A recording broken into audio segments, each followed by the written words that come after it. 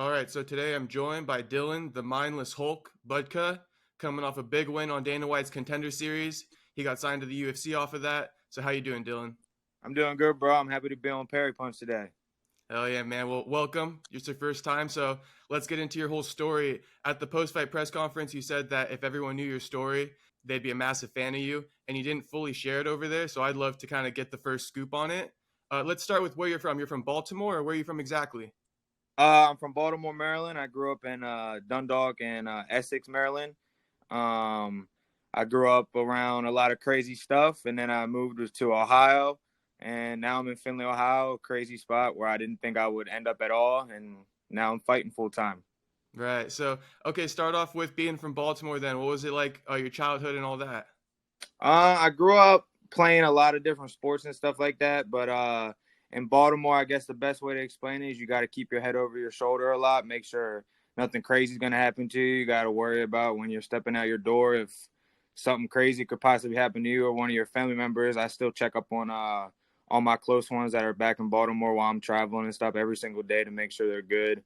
There's a lot of violence, a lot of like gang stuff that happens back there that I got myself caught up into when I wasn't supposed to be doing stuff like that. Mm, I grew up around buddies that do that a lot, and they still do that now. And I've actually pulled a bunch of my buddies from Baltimore and moved them to Ohio with me to start training full time now.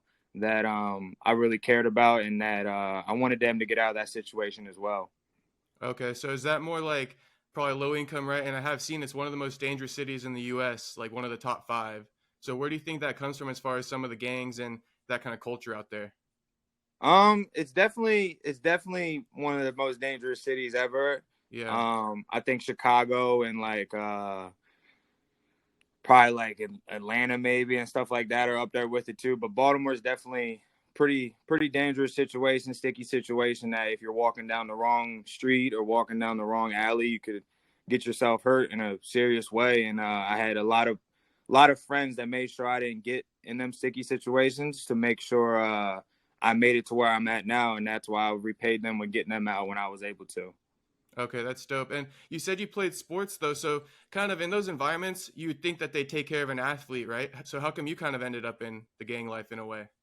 I think I moved around to a whole bunch of different schools. I went to Dundalk High School, Kenwood High School, Dundalk Middle. I know you don't know any of them places probably, Nah. but it's just I think me traveling to so many different spots and meeting so many different people from different areas of Baltimore kept me in weird situations and situations I shouldn't have been in that and then eventually I realized that I had to get myself out of them situations myself. Nobody was going to come save me out of them situations. I had to get out of Baltimore to grow past Baltimore.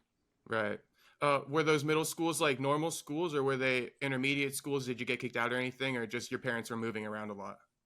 My parent moved around. My dad moved around a lot to where I had to switch schools. I went to three different middle schools, two different high schools, and just finding new locations and jumping around place to place. And eventually, after high school, and I moved out because me and my dad weren't getting along, and I was homeless for a little bit. That's where I met some of my best friends that I have now in my life still, and yeah, it's just a whole bunch of crazy stuff that happens there, man. Yeah. So okay, and then what was your dad kind of doing for like a job and stuff when you were younger that caused you guys to move around a lot? He was on disability, so Okay. he was a Marine. He had a lot of jobs uh, when he was coming up and stuff like that, but eventually he had a lot of heart problems, and which which caused him to pass away not too long ago. And he did everything he possibly could to make sure I was good, but eventually we didn't see eye to eye because he wasn't used to the sports I did. He never did fighting and stuff, so he didn't really understand what I was trying to do, and Mm-hmm.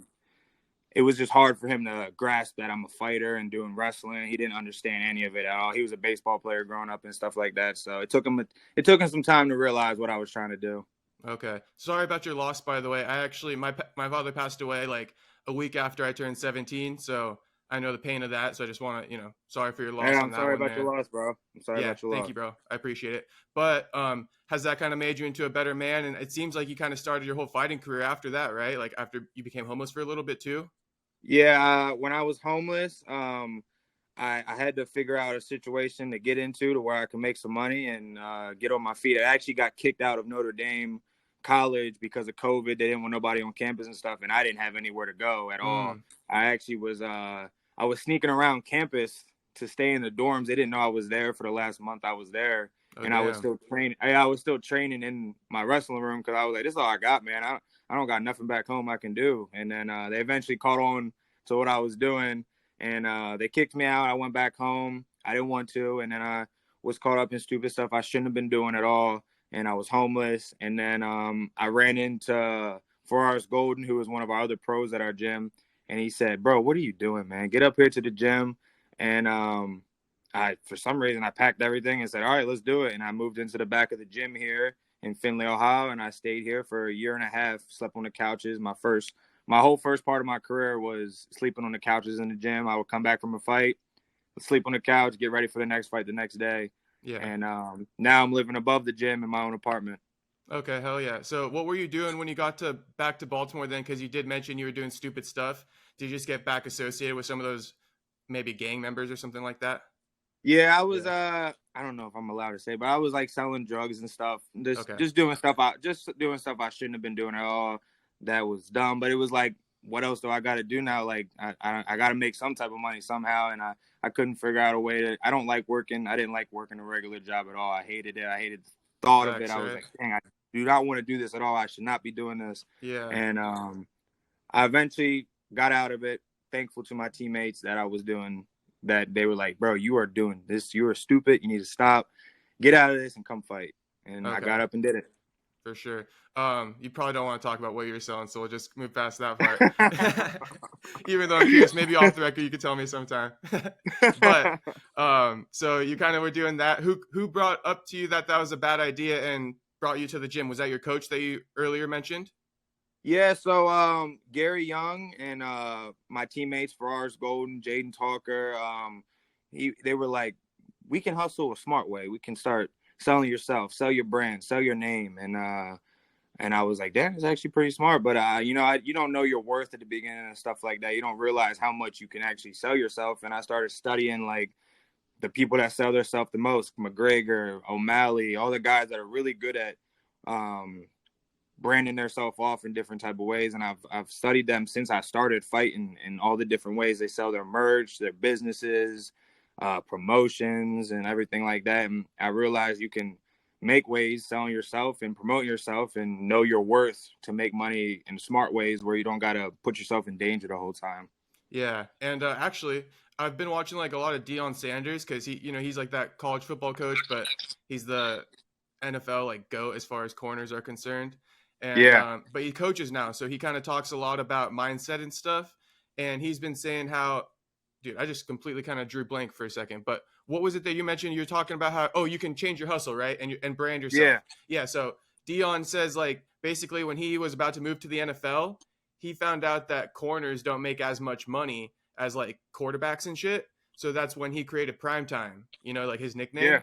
And so, yeah, branding yourself is a huge deal. And probably look into that guy too, because he's branded himself like he's probably one of the first people ever before even social media came out. He like knew to create Primetime and like this alter ego and like create a Yeah. following behind himself too. So that's another guy you should Yeah. probably check out with that. Yeah. That's definitely smart. I gotta go check him out too. I'm gonna steal all his stuff. Yeah, Dion's dope. He like talks about like dominating and shit like that. So I think you'll like him. I think it translates good for fighters. Yeah. Hell yeah, bro. Yeah. Okay. So, but I just want to kind of get to everything. So, when you were younger and stuff, did your mom raise you as well, or was it just your dad? When I was growing up, my mom actually abused me when I was younger and stuff like that. Okay. So I never really got close with her. My dad got full custody of me, and when I got older, I finally allowed her to speak to me, kind of like around like 2021. I finally got enough in me to say, okay, let's talk and try to hash this out. And then she passed away at the beginning of my amateur career too. Mm, So that was just like a situation where she messed up, and then I was like, you know what? She's my mom at the end of the day. Let me forgive her. But after she passed away, I went through like some therapy and stuff like that, and then I learned to just forgive her for everything, and I hope she's at peace. okay. Rest in peace to your mom too. I'm sorry about that loss as well. That's got to be tough, bro. I couldn't imagine losing two parents. Yeah, yep, yeah. It was definitely a crazy couple months that stuff was going on behind the scenes as my fighting career took off. That I had to grow as a person as well and grow as a man. That's why in a lot of interviews I'm like, this fight has done way much for me than just like allowed me to win. It's allowed me to like learn who I am as a person and fight battles that not a lot of people go through. Like I see people that lose their parents, and I'm sure you know exactly how I feel about it because you said you lost him at a way younger age than I did. Yeah. And you learn how to adapt when you go through something like that, and you can't really explain it to somebody that hasn't been through it. Yeah. How much that hurts when you lose a parent like that. It hurts, but then you're almost like grateful too, right? Because it somehow it makes you like a better person as long as you can keep moving forward, you know? Yeah, yep. Yeah. That's the part right there, moving, like getting past it. Because I've seen people that, like the actor that just lost his dad. He passed away, killed himself because of the grief he was feeling. Oh, really? I didn't hear about this. Yeah, the guy from the one with it's the big show that everybody watches now. It has Zendaya in it. Yeah, the young guy from it, right? Like, yeah, the guy that everybody loves in it. He kind of looked like Mac Miller. yeah, and that's what happened. He committed suicide because he lost his father. Yeah, he couldn't like handle the grief his parents said and everything, and he passed away. And then when I was reading them articles and stuff, I was like, damn, bro, like I really got through some crazy stuff because I was really going through it when I lost him. I was like, damn, I don't know what I'm gonna do. He was my best friend, and I didn't realize how much of a best friend he was to me until after he passed, and it was just late. So, but I've grew from it. I'm able to even talk about it now, and before this last win that I had, I wasn't able to really talk about it without choking up and stuff. So it feels good to be able to let the story out now. Okay, yeah, it's probably you had all that pressure on you. That's why it's like so much anxiety because you're trying to like achieve something, you know, and probably in honor of like your parents too. So now that you achieved it, you probably, like you said, it's a weight off your shoulders. Probably able to talk about it a little bit more now. Yeah. Oh yeah, it's way easier to get it out now. Yeah. But with your mom and stuff, were you able to get like closure with her and kind of figure out what happened when you were a child? I guess why did you think she kind of abused you in a sense? I think that the way she passed, she overdosed on heroin. So I'm guessing she was big into drugs and stuff like that while I was a younger kid. So this is actually the first time I've even told any podcast about this. Wow. But yeah, I'm guessing it had to do with drugs or drinking or something like that. I'm sure she didn't know what she was doing in the time. I'm sure she still loved me, but regardless, that situation shouldn't have happened. And but at the end of the day, I forgive her because everything that I went through with my mom and everything I went through with my dad, it's made me the man I am today. And actually, it's probably not even surprising that you became a fighter through that because I don't know where I heard this, but like I've heard that when you kind of get beat as a kid and stuff, especially for like doing wrong, it translates to where like now when you're in public, that's how you deal with your anger and stuff. Did you ever find yourself dealing with your anger that way, like getting in fights or anything with other kids? Honestly, I think going through all that made me more of a gentle person, kind of like, like made me realize that's not what I should do. I think I took it the opposite. I've heard of this happening with people before too. They think it's right to hurt somebody because they were hurt when they did wrong when they were younger. But I think it had the opposite effect on me. It's taught me how to like what I shouldn't do in situations when somebody's doing wrong. I've actually got really good at communicating and stuff after I learned what happened when I got older and realized, oh, I was abused. This did happen, stuff like that. And it's learned me to communicate with people better. And meeting my manager, Drake, the guy you spoke to schedule this, he's taught me how to communicate really good. And I think it affected me positive in that aspect. Okay, gotcha. And then it sounds like your dad was a pretty good man to you, took care of you and stuff like that. So just the impact he had on your life and your maybe like some of your athletics, did he get you into baseball or any of the other stuff you played, even though he didn't really understand the wrestling aspect? Oh yeah, man, he was a freaking crazy athlete, bro. He was like, he played baseball. He actually tried out for the Orioles back in the day when they were doing like open tryouts. But when he was younger, they would do open tryouts at Memorial Stadium. And he showed me old articles about him trying out, but he was too young. Then he had a kid, and then having a kid messes a lot of stuff like that up. So you got to learn how to manage all that. But yeah, he made sure I played every sport possible: baseball, football. I even tried soccer. Never got into lacrosse though, but basketball.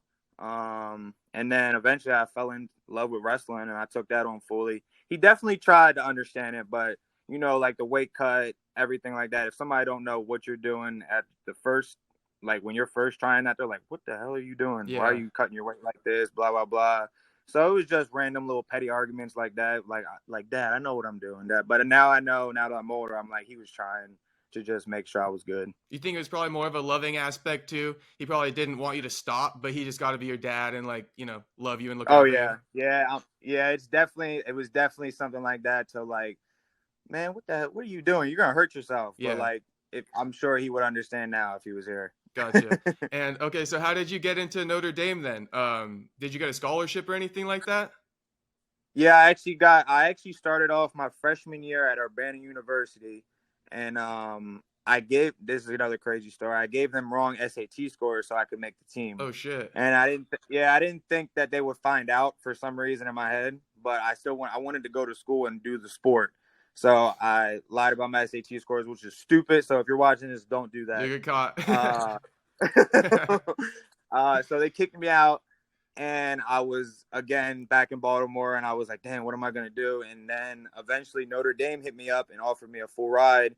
And I was like, oh, yeah, I'm taking that. And then I went there. I never competed there as a wrestler, but I trained with some of the best wrestlers all over the place. Jared Campbell, Jose Rodriguez. I met a lot of fighters there. That's actually how I even figured out what MMA was. I was going through there, and Jessica I and a whole bunch of different fighters would be coming in there to train, and I'm peeking my head in like, what are they doing? Okay. And then eventually I started like watching the practices, and I would Google all types of crazy stuff and then start figuring out what MMA even was. So Jessica and I and all them, they go to Notre Dame and get some practices in with the wrestling team? Yeah, they would come in there and stop in after practice and train with some of our best wrestlers on the team and stuff. And I would sit in there and watch out in the corner and see what they're doing. And I would see that wrestlers can actually go pretty far in this. And I'm like, oh, yeah, I'm definitely about to jump into a wave like that. Okay. And how'd you do in high school, by the way? Because you got a full ride, which for those that don't know, you don't really get a full ride in wrestling. You usually get a full ride in like football. Because I spoke to Pat Downey one time, and he told me that like they don't put the funds towards wrestling. That's why all the people get full rides to like football and stuff. So, but two-part question: how'd you do in high school in wrestling? And then, shit, I forgot that other one. So just start with that one. How'd you do in high school? So I started my junior year, actually. It was pretty crazy that I even got a scholarship for wrestling from any school. Yeah. But I started my junior year, and then I won a national tournament my second year of wrestling ever. Okay. And I actually pinned out in it. I was my first state placer in like 16 years at my high school. Maryland wrestling isn't.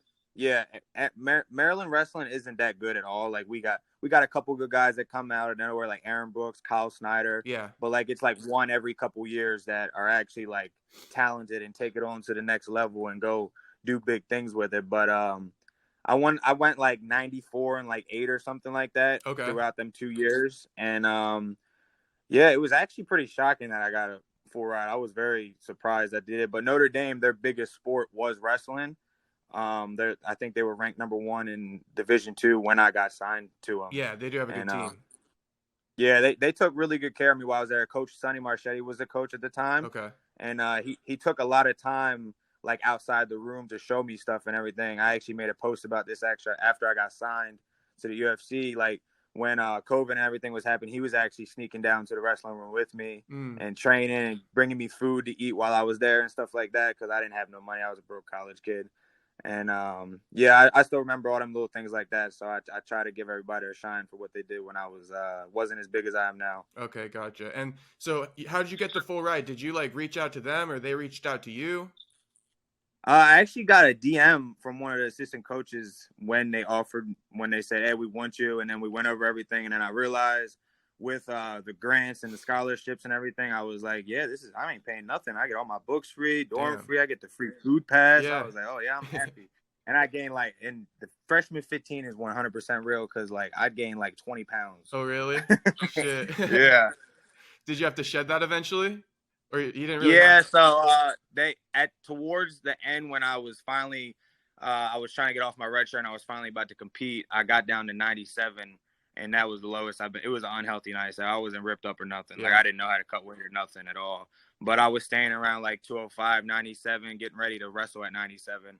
And right when I got cleared from being a red shirt, COVID happened, and they kicked everybody out. Gotcha. Okay, so your father passed away, and then COVID happened, and he like got kicked out of school. So it's kind of like this wave of things that happened. So me and my dad got in arguments and stuff like that before college when I started wrestling. Okay. My dad actually passed away at the beginning of my professional career. Okay. My mom passed away at the beginning of my amateur career. So my mom passed away 2021, and my dad passed away 2022. Okay, so at least you like it wasn't all because you said that you were homeless after college. So is that just because you were kind of arguing with your dad in that little period of time? Yeah, we were. I didn't. It was just hard to get it to him, like what I'm trying to do, like stuff like that. It's really petty. It was stupid that we're just both hotheads and we kept going at each other. Honestly, we're both Irish, so you know how it is. Gotcha. I was just trying to make sense of like that whole little timeline. So okay, Yeah, and then when you met your coach, how did who's this person, if anyone, who's kind of been like a father figure to you, or kind of been able to show you some real true love? Because I feel like that's hard to come by, and it sounds like you didn't have too many people around you. Somebody new came in your life and like showed you some real love along the way. So who was that? I would be sitting here lying and said if it's easy for me to just let people in. It's definitely hard for me to let people in from what I've been through. Yeah. But my head coach, Garry Young's definitely been like a father figure to me. He yells at me just like my dad did, and he lets me know when I'm doing right just like my dad did. And he's definitely he's definitely helped out a lot with me becoming a man in these years that most sons and stuff like that have their dad to show them the right thing. But he definitely watches out. He's like, don't mess with that girl. Keep your like regular dad stuff that says like the extra stuff that I needed to hear around these years that my dad couldn't say to me. And definitely somebody my dad would be appreciative of who I'm around. Like he would be happy that my coach is around me the way he is right now. Okay, cool. And is that the main guy in your corner who talks to you in between rounds and stuff like that as well? Yeah, yep. That's Coach Garry. Gotcha. So he also is the one who kind of let you live in his gym for a little bit? Yeah, my whole first year and a half of my career as an amateur, I was living in his gym. He said I could stay down there whenever. He brings in anybody. He's a really good dude. He brings in anybody that wants to fight full time. He gives them a chance, and if they show that they're 100% down, he's gonna give you 100% effort in your career too. Okay, yeah, that's pretty cool then. And I think like a lot of people who have like a good situation in life, it's like money's not as much of a motivator, but for you, probably money was a huge motivator. You got to get your career going. You got to start figuring out your life at a young age. So how did you kind of how much did kind of losing your father and stuff and living in the gym by yourself basically propel you to because people don't know this. You've been fighting every month since 2020. You know, right? So you got 9 amateur fights or something like that. I'm guessing that number, but it's a big amount. And then you got I think it's 9 pro fights too now. So all these are back to back. When I started my amateur career, I was like, hey, coach, I'm trying to make some money. I'm trying to get out the hole I'm in. I'm not trying to stay in the gym. I want to go get my own place. And he was like, I got you. And actually, so before I was going to go back to school for college, for wrestling and stuff. And I asked him, I was like, do you really think I can make it to the UFC, coach? He was like, I'm not telling you to drop out of college, but I promise you by 23, if you stay with me, you'll be in the UFC. And that's not even no bull crap. He really said that stuff. And I was like, damn, coach, you was right. But I think me sleeping on the couch and me being as hungry as I was and being at the lowest point I was when I first got here, it's made me be more appreciative of the moments I'm being blessed with. Just even being able to fight on LFA was crazy. People don't realize when I'm as humble as I am, it's just because man, I came from literally zero and I'm doing this right now. And that's why the night of the Dana White fight, I was like, even if Dana don't give me this contract tonight, I'm already happy in life. I feel blessed. I'm able to perform on world stages right now. And 3 years ago, I was sleeping on the side of the road. I was sleeping in a basement with a bed made of pillows and a blanket, man. Yeah. It's definitely I've already won. I've already won. The rest is just profit. It's just, I'm being very blessed. And I can tell the world my story now and they'll listen. You and everybody else, nobody was listening 4 years ago, right. But now they're listening, respecting, and are understanding. I really come from nothing. Yeah, and you hear it time and time again.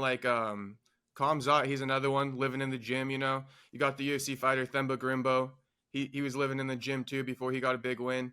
So yeah, like that seems to be kind of the money is the motivator. I think a lot of UFC fighters, because it's weird to say, but I think MMA, I get the vibe that a lot of fighters are able to do it because their parents kind of, you know, have a good life and they just live at home and then they go train as their hobby and then it's kind of like their dream and Yeah. stuff. You feel me? So it almost moves Yeah. along slower for them. But that's what I'm just putting out there for people to know about you, is that you didn't have that luxury. You know what I'm saying? Like every day that goes by, you're fucking struggling. So that's why you're fighting every month and putting in that work. And that's why you're proud of yourself, because it seems like you've left no stone unturned, huh?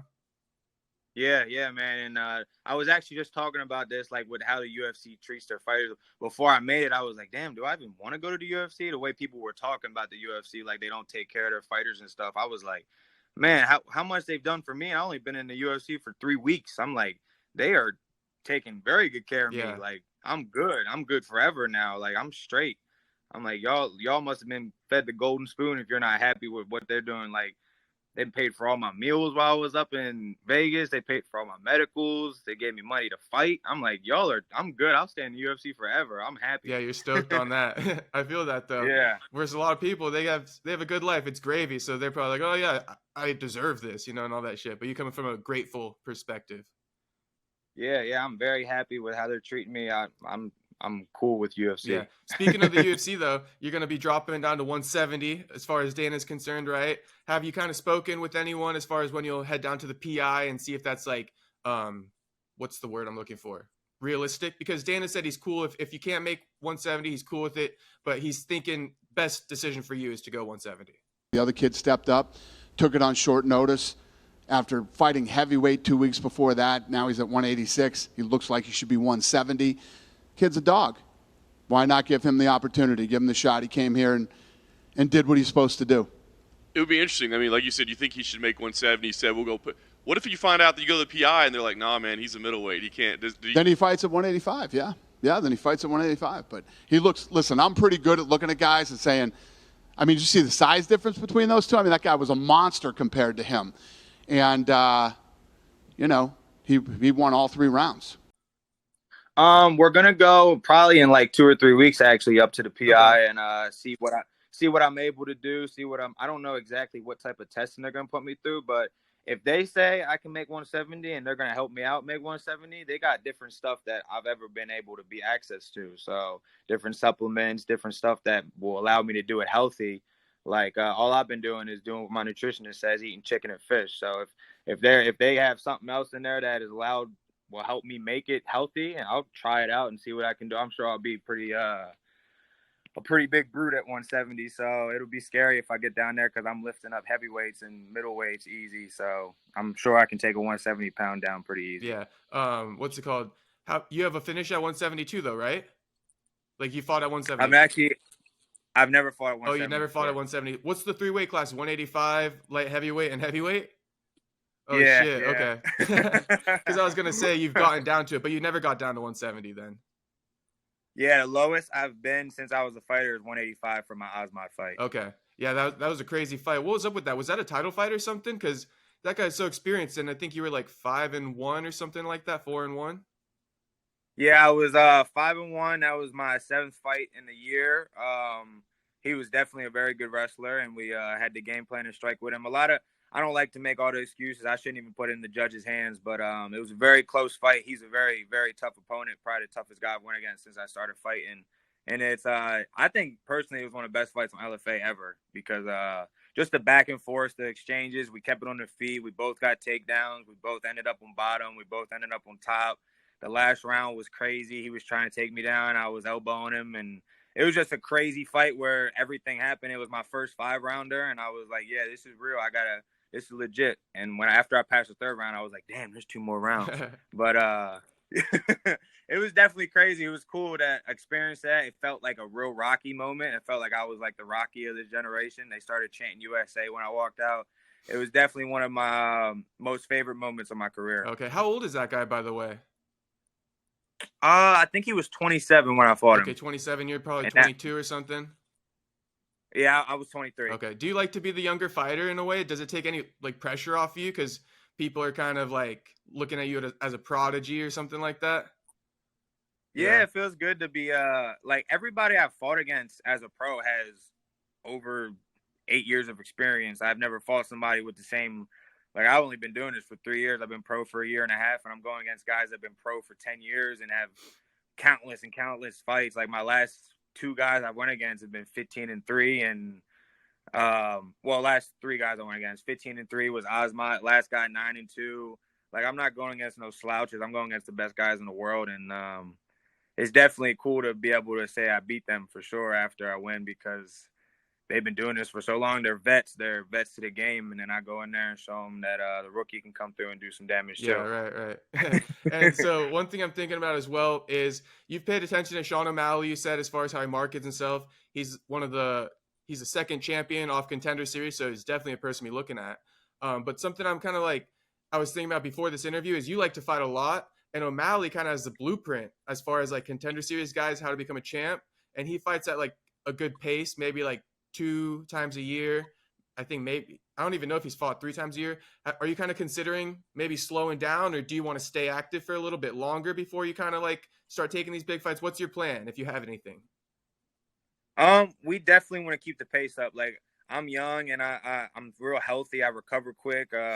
I'm trying to get to that belt as quick as possible. I'm trying to be a world champion as quick as possible. I didn't just come here to make it. I'm coming here to take everything. I want it all. I want the belt. I want to go bring that strap. I want to come back to Perry Punch with the belt on my shoulder, man. I'm trying to get there, man. You're the first champ to come back here with the belt. Yeah, I will 100% come back, man. I'm definitely not trying to slow pace it. I want to get all my fights in on this contract, the first contract, by middle next year, and then start the next one up right away. I want to be a world champ by 26. Okay, perfect then, bro. And when are you looking to fight next? Are you looking to fight in like a couple months or something? Or this one might take a little bit longer, right? Because if you're going to drop down to 170. Yeah, I told me and my coach, we're discussing it a little bit. We want to try to get on in December, late December. Okay. We're letting the matchmakers and everything know we want on December, and maybe get on that McGregor card. I would love to make my first fight on the prelims of McGregor card if he ends up fighting in December. Okay.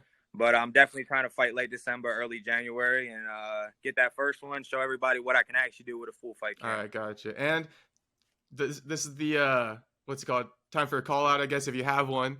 But anybody in the UFC who you don't really like, who you've kind of had your eye on as far as somebody you want to fight? Not really anybody I don't like, but I'm down to fight anybody. But I'm really down to fight anybody, bro. I don't care. I don't care if Strickland was like, let's fight right now, Adesanya. I'm going at them no matter who it is. But I would really, really, really, really like to get my hands on Nickal. I would really like to get my hands on like another wrestler in there that's showing off the wrestling, so I can show how good my wrestling is, and show off my skills and show off my hands a little bit more. I'll have a real fight camp this time. I know my last fight was real boring, but weight cut hit me right away. 25 pounds in 4 days ain't no easy thing to do, especially after you just got done drinking and eating freaking crab pretzels all week with my family. But we got it done. I got the job done, but I'm definitely looking to showcase my skills fully in this next fight. Okay, maybe a Bo Nickal fight, super fight, something like that in the future. But you're probably beefing up before that heavyweight fight, huh? Too. You gained a little extra weight for that one, probably. Yeah. So usually I'm eating like 6 to 8 ounces of chicken with some veggies and stuff from 85 cut. But after we got the heavyweight, I had an 85 opponent for August 26th, and he backed out. He broke his finger. And then we had 110 people turn me down. So the last thing I said, I was like, screw it, we got to go up a weight class. And the first guy that said yes a week before was a heavyweight, Dan Stevenson. Full respect to him for taking that fight, because if he wouldn't have took that fight, I probably wouldn't have been able to get on Contender Series, because they wouldn't have seen that fight. Because the video that I finished him, it went viral. Like I was looking at the camera while I choked him out. Okay. So it was pretty crazy. I'm guessing that's what they seen to get me to call as quick as they did. But I had to up my intake to about way more than that, probably like 15 ounces of chicken. It was crazy. But I was already down to 95 when we got the heavyweight call. So we had to make it. I barely made the weight. I was 207. And then after that, I went back to Baltimore, and I got up to like 215, 216, because I was smashing.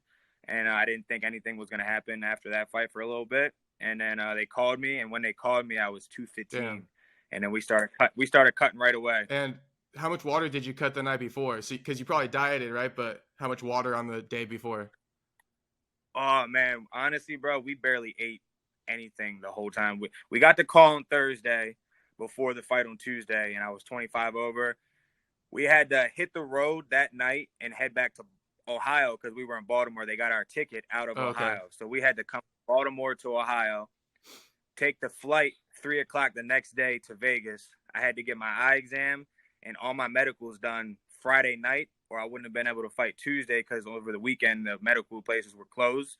So we got all the medicals done by 9:30 that night, got checked in, started cutting Saturday and Sunday, and finally made weight 8:00 on Monday. But I honestly cut out water Saturday, and we didn't eat or drink all Sunday or Monday. And dude, that's crazy how you were able to still put on that performance with like that tough weight cut, because dude, that's like an ADCC match I was watching you guys in, like just straight like the first 5 minutes, you know, where it's like the straight wrestling in those first few minutes. That's what it was like for me. So I think Dana's the real one. He knows what he's seeing, and he's like, because halfway through that one, I'm like, oh dude, like these guys are just fucking, like, it doesn't look like much is going on, but this is like the ref's not stepping in and helping you at all. Like, it's like, you know what I'm saying? It like only real experienced people would know, I feel like. So Dana knew what he was seeing.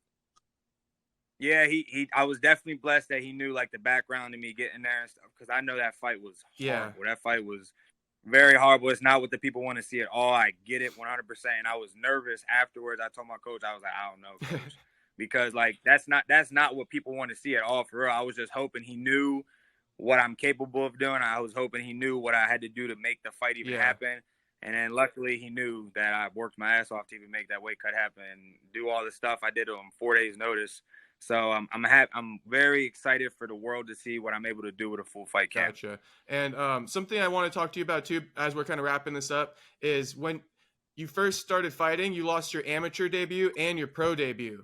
So what was that like? Does that take pressure off you? Were you hurt after that? Like, what were your feelings when you lost those? Did you take it as a positive or what?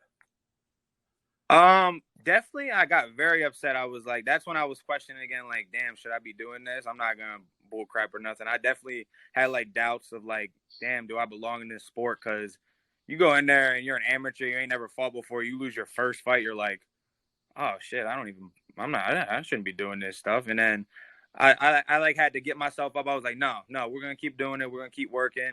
And I had to realize the competition I was going against for my first fights. Like my first amateur fight, I went against a 3-1, which I don't even know how that passed through for me to be able to do. But I was crazy, and I was like, let's do it. And then my pro debut, it definitely got to me because I got finished. I never got finished before. The guy, I was psyching myself out. I was nervous, and it was my first big stage fight. And I was like, oh, yeah, this is it. I'm ready. UFC Fight Pass. They treat you good. You're like, oh, I'm close now. Let me do this. And then I got finished. I was definitely down, but we made a quick turnaround, and I was like, no, we got to go. We got to do this. We got to go keep grinding. We ain't just go here to make a UFC Fight Pass show. We're trying to go make the big show. That fight don't matter. Move on past it. And we kept grinding and had freaking like 4 fights in 3 months. Yeah. And then now we're here. And, do you feel a lot more confident now as far as fighting's concerned and like you belong? Now that, number one, you got a cosign from fucking Dana White, who's like the biggest cosign you need. But also just the fact that you've been fighting so much and you fight through all that adversity, you don't let that get to you. Oh yeah, I've definitely I've been able to grow from I'm about to get in the cage to that I'm excited to get in the cage. Like that's got better every single fight, and I think every fighter has to go through something like that. Like figuring out if you want to get in the cage. Like I think that's the mindset you got to switch it from to, damn, I'm about to get in the cage, I'm about to fight, to I'm about to get in the cage, I'm ready to get in the cage. And that's where my mindset has went to. I don't even get nervous anymore for the fights. I get more anxious to get in there, and I'm like, damn, let's do it right now. I'm ready to go right now. But when I was amateur, I was like, damn, I'm about to fight. Damn, I'm about to fight. I'm about to fight. It's about to happen. But what, I could get knocked out. I could knock him out. He could knock me out, choke me out.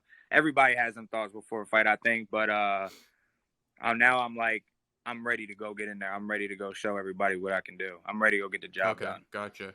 And as we kind of got like 2 more for you then, how did you move out of the gym? Did you just recently move out of the gym with like the Contender Series money, or did you make enough money before that to where you're able to move out of the gym a while ago?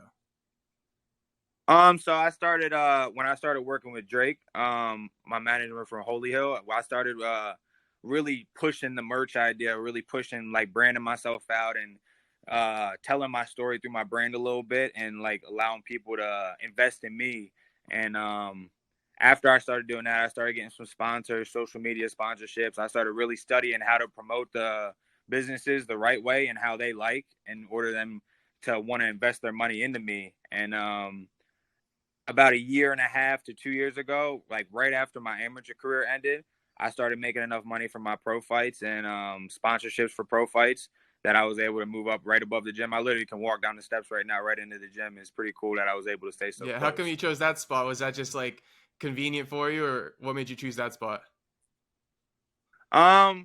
I don't like driving that much at all, man. So I didn't want to wake up and have to drive to practice every day. So I was like, yeah, we just gotta get above the Okay, gym. that's tight. And then what's it called? I had one more for you. What was it? Oh, kind of going back a little bit, but you said you placed in state for wrestling? Yeah, What place did you get?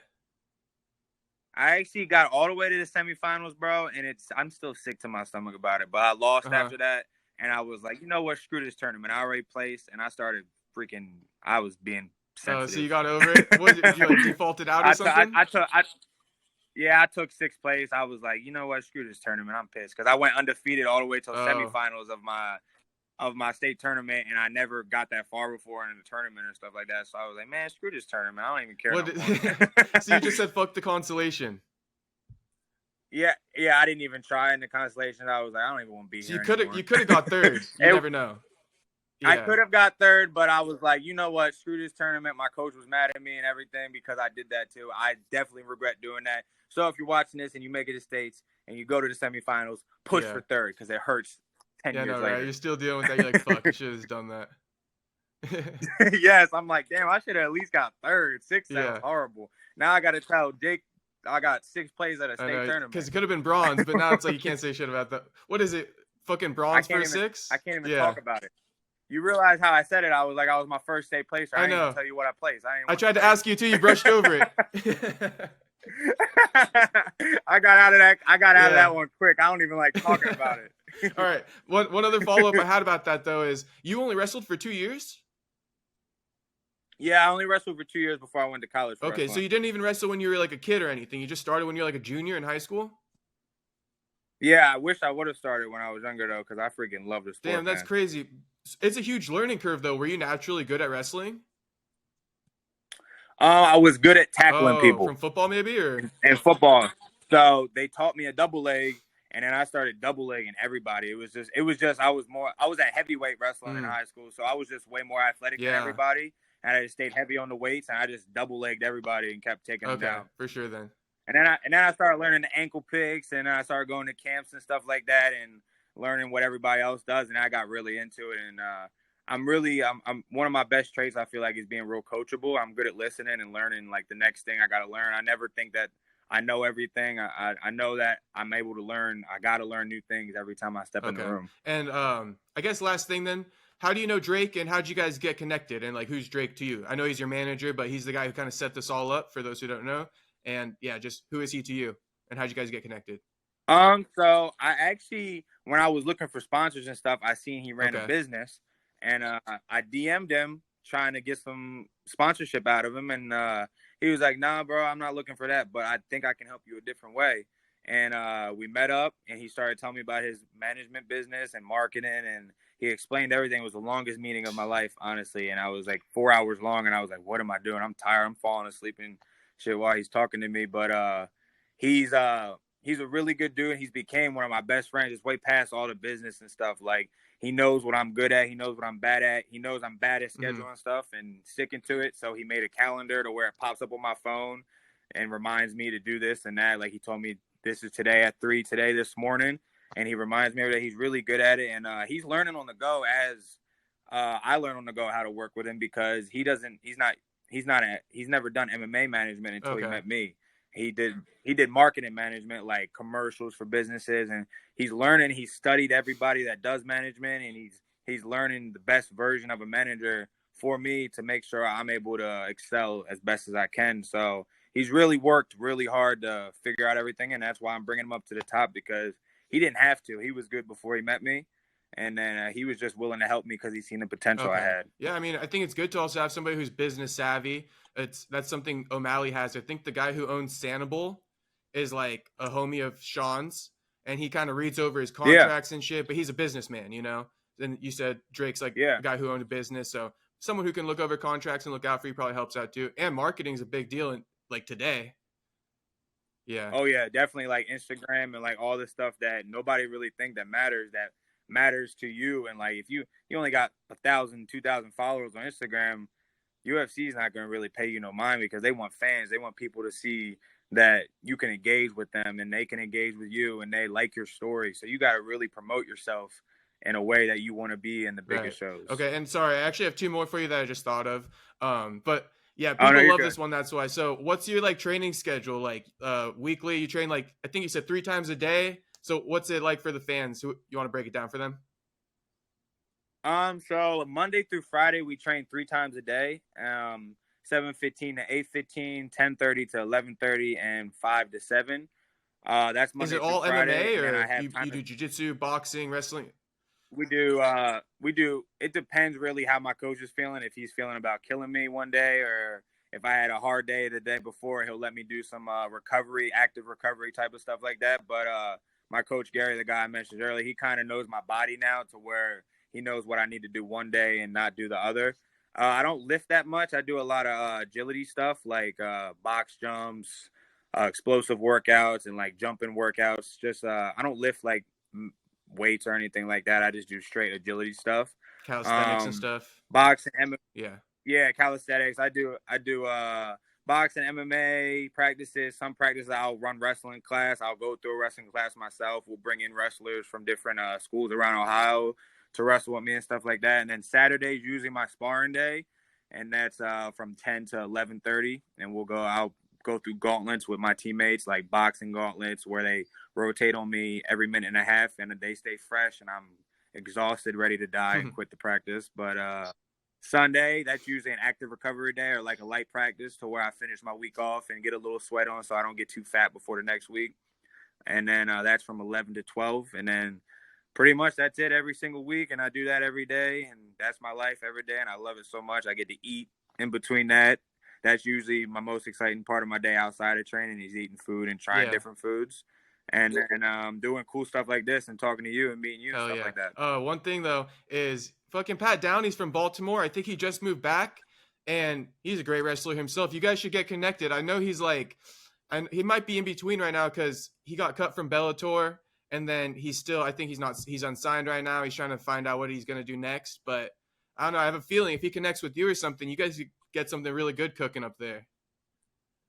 Yeah, that would be cool. Yeah. I would love to get some rounds in with him. That would be dope. He's definitely a really talented wrestler.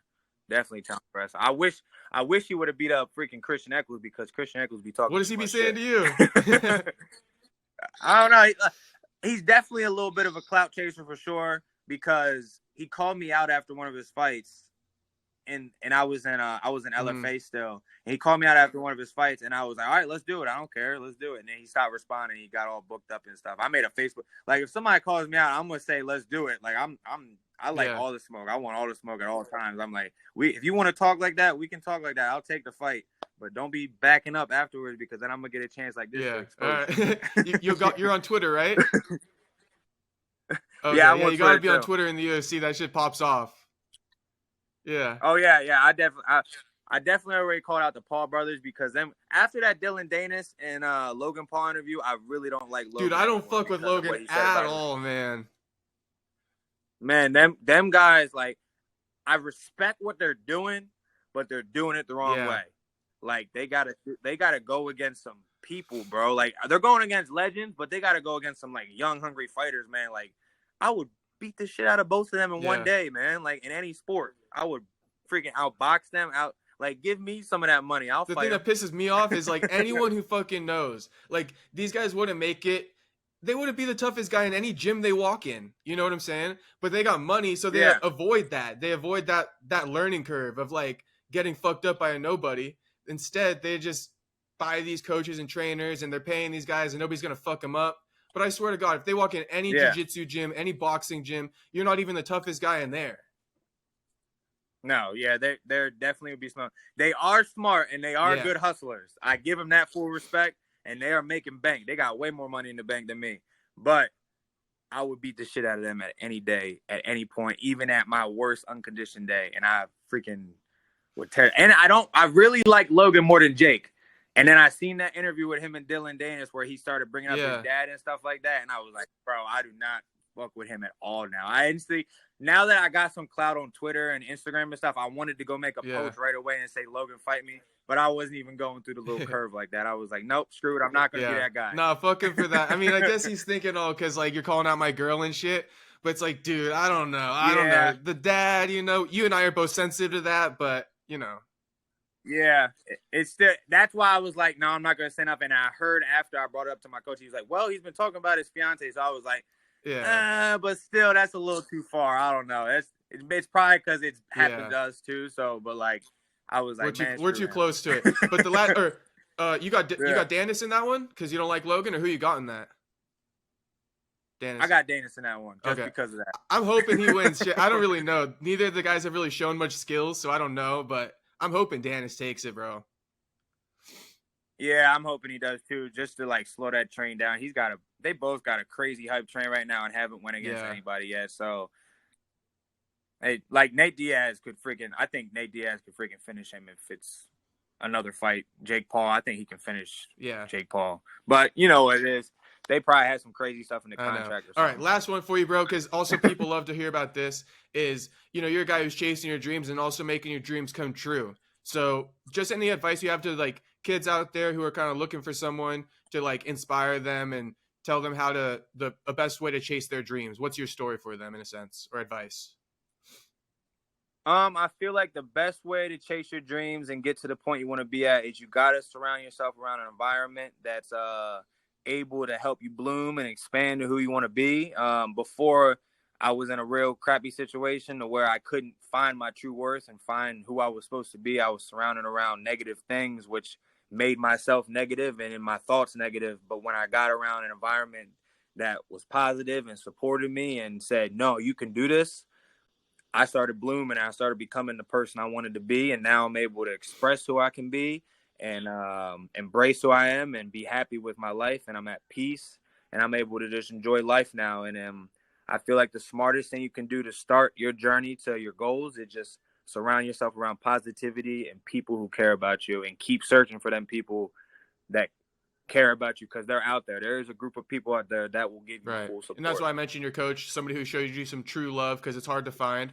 But I don't know if you mentioned it or not, but is it important that they're like similar minded, like the fact that your coach was an MMA coach, you're pursuing MMA, or can it be anybody who has love for you? Yeah, that's actually a good one.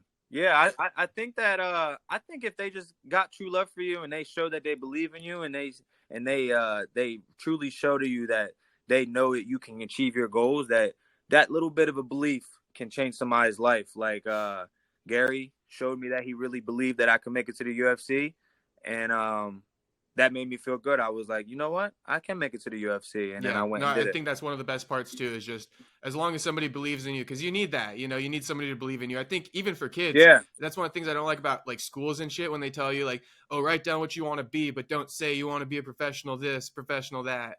It's like, dude, you gotta let people believe in themselves and, like, tell them you believe in them, too.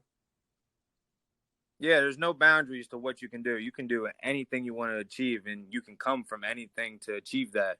You just got to believe yourself just a little bit, and you can probably make it. All right, brother. Well, I appreciate you sharing your story and all that. It was great to meet you, and I'll be looking out for your UFC debut, brother. I appreciate you, bro. I'll be back on here right after that or when we get to UFC. We'll have you on all the time, bro. All the time.